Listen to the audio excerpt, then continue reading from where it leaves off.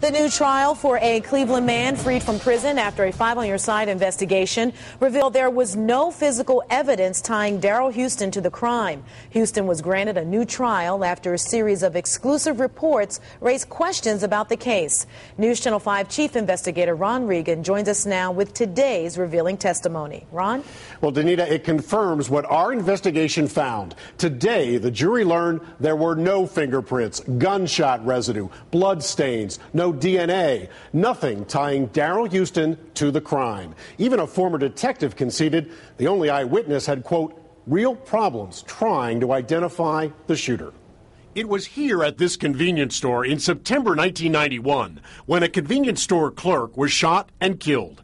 Daryl Houston served 16 years in prison for a crime he says he did not commit. Okay, now we're ready to go. Today, a retired Cleveland detective told the jury that an eyewitness, James Pope, identified Houston as the shooter. He stated that it was the shooter in the incident.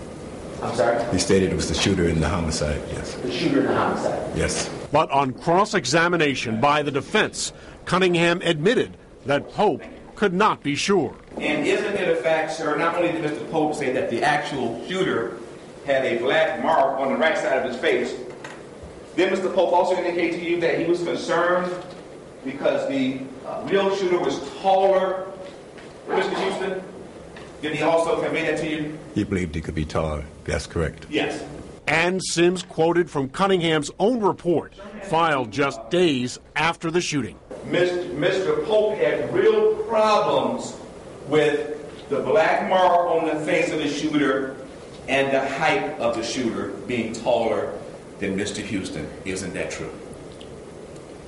Yes. Okay. And Cunningham admitted that Thurman Beck, Houston's landlord, told the detective that Houston was not at the scene of the crime. And isn't it a fact, sir, from your investigation, you found out from Mr. Beck that Mr. Houston was again on his porch drinking beer around the time of the shooting. Isn't that true, sir? That's correct. That's correct. Well, prosecutors even had a portion of a jacket that Daryl Houston was wearing tested again this year. And again, it turned up no gunshot residue and no DNA from either Houston or the victim.